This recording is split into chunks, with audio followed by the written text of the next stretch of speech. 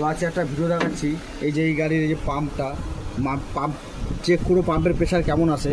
তো এটা লাইনটা লাগানোই আছে, এটা খুলবো, এখানে চাপ দিয়ে এটা টানলে বেরিয়ে যায়। এবার দেখো এটা প্রেশারটা কেমন আছে।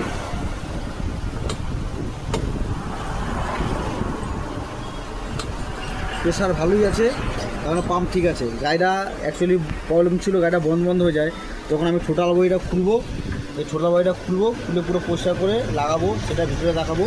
এটা দেখা, এদিক এখন বন্ধ ছিল তো।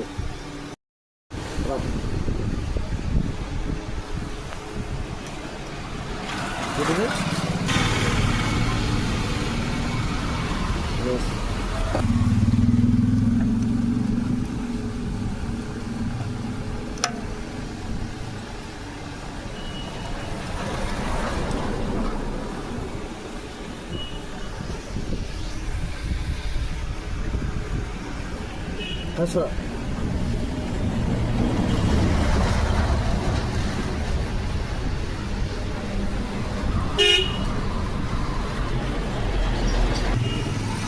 এই যে পাম্প, এটাকে খুলে এখন ওয়াশ হবে।